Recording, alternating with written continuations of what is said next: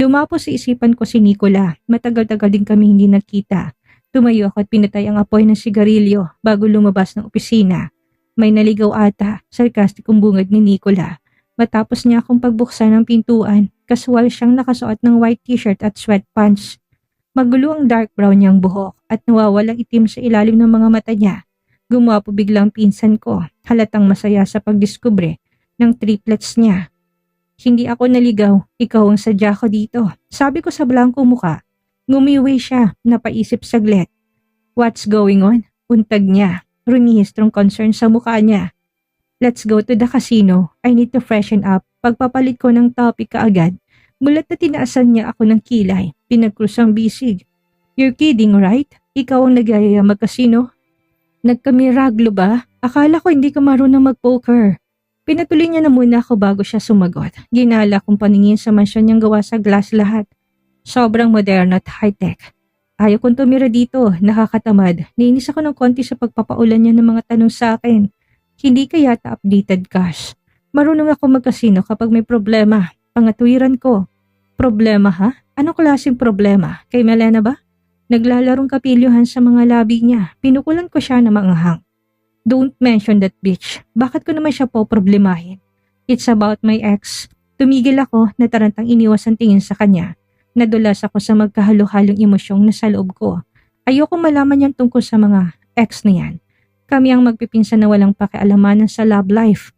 Pero mapagpapashare ako sa hindi oras. Ex, kailan? Come on, just one night. I could use the distraction. Mamumutol ko kagad. Dapat kong baguhin ang usapin namin. Umasim ang itsura niya. Napatid niya na ayaw ko na pag-usapan ng love life. Umiling siya at nagpatiunang maglakad. Patungo kami sa minibar ng mansyon niya. Marami naman ibang paraan upang mag-unwind. Anang niya sa kumuha ng mamahalin niyang whiskey. Walang imik ko siya na pinanood ng sinalina ng 2 baso. Ayaw kong ilubog ang sarili sa alak. Gusto ko iba naman. Wika ko sa flat na boses. Kinuhang baso at isa-isang tinungga ang whiskey. Actually, I'm changing my life cause I'm done with the late night parties and reckless spending. Seryoso niyang lahat. Lima ko natawa sa hilatya niya. First time ko siya nakita na ganito. Nasaan ang bad boy na kilala ko? What are you talking about? Parang ikaw na kamilagro eh. She chuckled lightly. I've been working on myself. Nilinis ko sarili para sa triplets. Good news yan. Sa wakas nag-retire ka na rin sa casino. Natutuwa akong saad. Tipid siyang ngumiti bago ininom ang kalahati, pati sa pag-inom ng alak ng titimpirin. Teka, kesa pumunta tayo ng casino, why don't we do something that actually help you clear your mind? I look at him skeptically. Like what? Fencing, pakli niya, napakurap ako.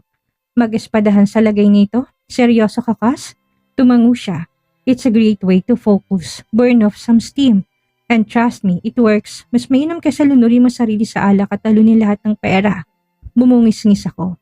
May bahagi sa akin na may punto siya. Gagawin ko pa rin ito kahit nawala ako sa mood. Huwag ka nang maarte. Panalaban na sa bigat ng dinadala mo. Gumisi niyang wika. Okay lang sa'yo na sasakin kita. Biro ko. Kumindat siya sa kamabilis sa tumayo. Pinauna ko siyang maglakad. Mistulang nalalanta akong sumunod sa likuran niya. Dinala niya ako sa sala at mabilis sa kinuhang 2 sobre. Pati na espada na pang fencing na mas magaan sa iba. Magkakapuntos lang kapag tinamaan sa bewang. Paborito ko laro ito. Sakto mahugot kong sama ng loob. Nakangisi siyang init sa yon. Nagsitagisan kami ng galing sa pag-fencing. Hindi ko na malayan lumipas ang ilang oras. Siguro pasado 6:00 ng hapon na. Naglaro kami sabay tawanan. Hindi ko mailarawan ang sitwasyon ko. Heto naglaro ng naka-corporate attire. Nasa kasagsagan kami ng laro nang biglang malakas na bumukas ang pinto at sinundan ng kaguluhan. Nalaglagang pang ako na makitang triplets ni Nicola. Carbon copy niya talaga at ngayon may rason na siya para magbago. 2 lalaki at 1 babae. Nawili ako sa paggagawa nila ng Barbie doll. Bawat isa ay naghihiyawan sa mataas na boses. Pareho kayong pangit ng doll mo. Patuloy nito. Malapit na sana maagaw ni Leila pero pinasa nito sa isang kapatid. Papa, sabihin niyo po kay Leon, ibalik niyang doll ko. Is being mean na naman. Nakasalubong ang kilay ni Nicola. Na binabang espada talatang hindi sanay na may mga bata sa poder niya. Ah, they always do it. Huwag mo nalang pansinin ng pamangkin mo. Tatahan din ng mga yan. How I wish I have a children like them also. Honest ko, buntisin mo na si Melena para magkaroon ka. Diretsahan niya saad. Gago, mura ko, natawa lang siya. Kung si Melena lang naman, wag na. Hindi magiging magandang lahi namin. Papa, please, tawag ulit ni Leila. Gusto ko siyang baliwalain pero hindi ko makayang makitang luhaan ng pisngi ni Leila. Nang lambot ang puso ko, I dropped my sword, waving a hand at Nicola. Come on, Cass. Sawayin mo na yung tatlo, nakakabingi ng ingay nila. Bumuntong hininga ako, nilapitan si Leila. Lumuhod sa harap niya at buong pang-iingat na pinunasan ng kanyang mga luha. Sumingot siya, marahang tumango. Nangihinig ang mga labi na sinikap na patahanin ng sarili. Opo, thank you po tito, mahinang bulong niya. Mananagot sila ngayon sa akin, sabi ko sabay kindat. Tumayo ako at nilingon ng kambal. Alright boys, tama ng laro. Hey Liam, ibigay mo sa akin yan. Nagpalitan ng tingin si Liam at Leon. Pansin kong kumislap na kapilyuhan nila sa mata. Natanto nilang seryoso ako. Kaya inabot ni Liam ang laruan pero nagkamali ako. Binilatan niya ako, tumakbo pala sa amin. Sobrang galit ko. Malaking hakbang ginawa ko para harangin sila sa pintuan. Where do you think you're going, ha? Give me back that doll or I tell your father to ground you. Banta ko, pakiramdam ko parang ako naging bata ulit. No way, ingus ni Liam. Tinangka niyang lusutan ako. Kinulong ko kagad siya sa braso ko. Pakawalan mo ako! Tito, bitawan mo si Liam kung ayaw mong... Hindi natapos nang piningot siya ni Nicola. Papa naman, daing niya. Natatawa akong binaba si Liam. Mangiyak-iyak nitong binigay sa akin ng laruan. Ako naman ang bumelat sa kanya. Napapikit siya ng isang mata nang ginulokong buhok niya na parang tuta. Bumalik ako kay Leila. Kinusot niya mga matang kinuha ang doll sa kamay ko. Thank you po ulit tito. At kayong dalawa mag-usap tayo mamaya, sabi ni Nicola sa dalawang lalaking kambal. Nakayuko nagsipaglabasan ng dalawa. Binuhat naman ni Nicola si Leila. Nakangiti siyang hinagkan ito sa pisngi. Gumaan ang loob ko na minasdan sila. Pakiramdam ko na inggit ako sa kanila. Naalala ko ulit ang anak ni Anessa. How I wish he is my son. Pasensya ka na sa mga chikiting ko. Timing na nandito sila. Hiningin pa umanhin niya. Wala yon, at least nakilala ko mga pamangkin ko. Saad ko. Nagpanggap akong masaya. Ang totoo halos hindi ako makahinga sa lungkot. Sa sumunod na araw nakasabay ko sa elevator si Anessa. Parang sinundot ang puso ko sa kawalan ng kakayahang makipag-usap sa kanya. At ramdam ko na parang ang layo niya. Pareho kami tahimik hanggang sa makarating sa palapag na gusto namin. Una siyang lumabas sa akin. Matamlay akong sinundan ng tingin. Bagsak ang mga balikat na dumiretso ako sa opisina. Heto na naman ang usal kong routine. Umupo ako. Nagsimulang magtrabaho. I'm trying to focus on the stack of reports and meetings are waiting for me. But I couldn't shake the image of Anessa. Gusto ko siyang kausapin, kunin ang loob. Paano ko naman gagawin kung ako mismo natutuliro? Later I busted her telephone pero hindi niya sinagot. Tinawagan ko ulit pero wala talaga. Now I was worried. Iniwasan niya ako dahil sa naging usapan namin kahapon. Minabuti kong tumungo sa opisina ni Anessa, subalit nabigo ako. Wala siya doon nang dumating ako. Pabalik sana ako na sinalubong ako ni Darlene, ang assistant marketing manager. Good noon sir, what can I do? Where is your marketing manager? Pamutol ko sa kanya, napaisip na muna sandali. Baka nasa kantin ho. Nagla-lunch, maagap niyang imporma. Tumango ako, hindi na ako tumugon at mabilis siyang tinalikuran. Nasa kantin ng atensyon ko, diretso ako doon. Sa pag-alala ko nakalimutan kong lunch break na. Tiyempo na pagangat ko ng tingin nang humantong ako sa kantin. Nakita ko kaagad si Anessa at Beau. Nasa counter sila, umorder ng pagkain, masayang nagkwakwentuhan. Automatic kong humigpit ang naikuyom ko mga kamay kasabay ng pagtangis ng aking mga bagang. Sinugod ko sila, hindi ko pinansin ang bumati sa akin. Malakas sa pumagting ang mga yabag ko sa aking ulo. Anessa, agaw pansin ko na may kataliman sa tono. Naglahong ngiti niya nang matanaw ako. Nang mapait na ekspresyon niya at nawala ng ganang magsalita. Tinaas ni Beau ang isang kilay, sumandal siya sa counter. Gumuhit ang mapanoy ang ngiti sa gilid ng labi. Sir, nausal niya. Hey Cass, naligaw ka yata, sabad ni Beau. Mataman ko siyang tinitigan saka binalik ang atensyon kay Anessa. Why didn't you answer my call? Kanina pa ako tawag ng tawag sa'yo. Gusto lang naman kitang makausap saglit. Pasensya, busy po ako, nainip niyang saad. Kumabog na malakas ang puso ko, hindi ko matanggap ang pagiging malamig ni Anessa sa akin. Busy? Mahirap pa talagang i-revision? Ipasa mo na lang sa akin, don't think about it anymore. Thank you sir, ipapasok ko kagad mamaya. Pagkasabi tinalikuran ako, mabilis ko siyang hinarang. Please Anessa, can we talk for a while? Talk for what? Tinaasan niya ako ng kilay. To clear the misunderstanding, rason ko, narinig kong paghugot ni Anessa ng malalim na hininga. Hindi ba sinabi ko na sa'yo kahapon? Wala na tayong pag-uusapan pa. Pero gusto ko. Cass, pakawalan mo na si Anessa. Ayaw kang kausapin, no? Beau interrupted. Parang gusto ko siyang pompyangin sa pang-disturbo sa akin. Huwag kang makialam dito, Beau. Manghang ko siyang dineretsang tinitigan sa mga mata. Ngumisi lang ang hudyo. Pinalaki ang apoy sa loob ko. O, kalma. Inaano ba kita? Pabiro niya tinaas ang dalawang kamay. Mabuti pang umalis ka, Beau. bago pa uminit ang ulo ko. What is your problem? She's invited me for lunch.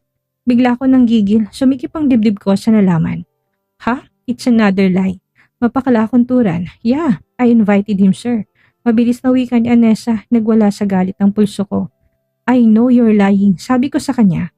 Look, Jairon, bakit mo naman pinakipakaalaman sa Anessa kung sinong samahan niya? Agad ko siyang kinuwelyuhan. You should back off. I don't want you to anywhere near her. Oh, is that a threat? To Junya, seems like someone's little possessive. But you know, she's a free woman. Makinig kang mabuti kapag lalapitan mo siya ulit. Titiyakin ko na magsisisi ka. Sinong tinakot mo? Hindi naman kita inaano dyan. I'm not her to steal her away. I'm just trying to be her friend. Kumalas ako, pasimple niyang inayos ang necktie at ang gusot ng damit niya. I won't allow you to be her friend. Bulyaw ko. Ngayon ko lang na po nang nakatitig pa lang lahat sa amin. Hinablot ko ang kamay ni Anessa ang nakatingin pa rin kay View. Umiiling siya at hindi makapaniwalang inasta ko ngayon. What are you? Let's go, Anessa. We need to talk. Away from him. Kinaladkad ko siya palabas ng kantin. Anessa POV. Hindi ako nakaangal ang kinaladkad ako ni Jairon palabas ng kantin. Kumirot ang palapulsuhan ko sa maigpit niyang paghawak. Halos maputol ang kamay ko sa malakas niyang paghila. Pinawisan ako kahit na malamig ang aircon. Mabilis ang pagbayo ng puso ko dahil sa galit at gulat. Ano ba? Bitawan mo ko. Nakakasakit ka na, Jairon? Wala kang karapatang kalad ka rin ako ng ganito. Pag pumiglas ko. Humihingal ako na tinitigan siya. Dismayado niya akong binitawan. Ngunit nakaramdam ako ng pagkadismaya sa pagbitaw ni Jairon. Nangulila kagad ako sa init ng palad niya na dumantay sa balat ko. I'm sorry, anas niya. Humugot na muna ng malalim na hininga. Hindi ko sinasadya na saktan ka. Gusto ko lang kitang makausap, Anessa. You've been avoiding me and I can't take it anymore.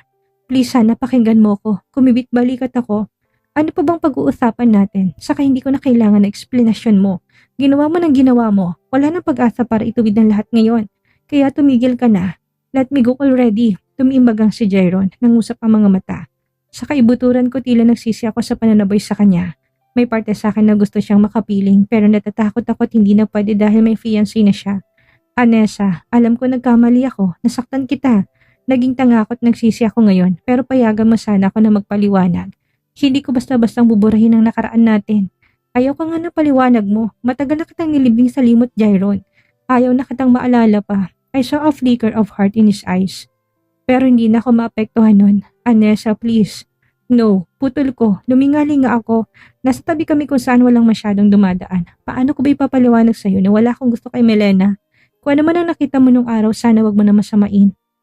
Masamain? Nakita lang naman kitang nakikipaghalikan ka. There's no meaning to it. She's the one who initiated that kiss. I never had any feelings for her. Pagka ko napatawa, kayo mga lalaki ang galing yung rumason eh. Saksak mo yung baga mo sa babae mo. Kung wala kang gusto sa kanya, bakit mo ginawang fiancé? Lumapit si Jairon, sinubukan niya akong hawakan pero mabilis akong lumayo. Siya ang pumilit sa akin na maging fiancé ko siya. Paano ko ba mapapatunayan sa'yo na ikaw ang gusto ko? Kung gusto mo tatapusin ko ngayon din ang engagement namin. Tumigil ka, huli na eh. Tandaan mo lang ito, nagsisisi ako na makilala ka. Narinig mo ko, so please, for the love of everything, stop, just stop and let go of me. Ramdam kong paninigas ng katawan ni Jairon habang pinaprosesong salita ko. Umatras ako, malayong-malayo sa kanya. Kailangan kong depensa ng sarili kasi hindi nagsinungaling ang damdamin ko. Ramdam ko ng init na pumapalibot sa aking mga mata, paninikip ng dibdib at panunuyo ng lalamunan. May paparating na mga luha, itong huling babala ko sa'yo. Tapos na ako sa'yo sa nakaraan natin at sa lahat. Kaya pabayaan mo na ako, lakas loob kong tapat sa magkahalo-halong emosyon. Hindi ko alam kung saan ang totoo sa sinabi ko. Ito ba talagang gusto mo? Saan at hindi mo nakainin ang sinabi mo?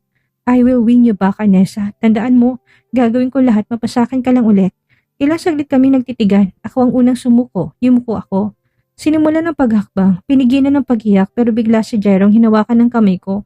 Nandilat ako sa kuryenteng dumali sa pagitan ng balat natin. Pareho kaming na-freeze. I love you, Anessa. It always has been and it always will be. Pakali ni Jairon. Napakagat ako ng labi. Binawi kong kamay ko tuluyan siyang iniwan, lingid sa kanya. Sumasabog ang puso ko habang binibitawan kong mga salitang yun.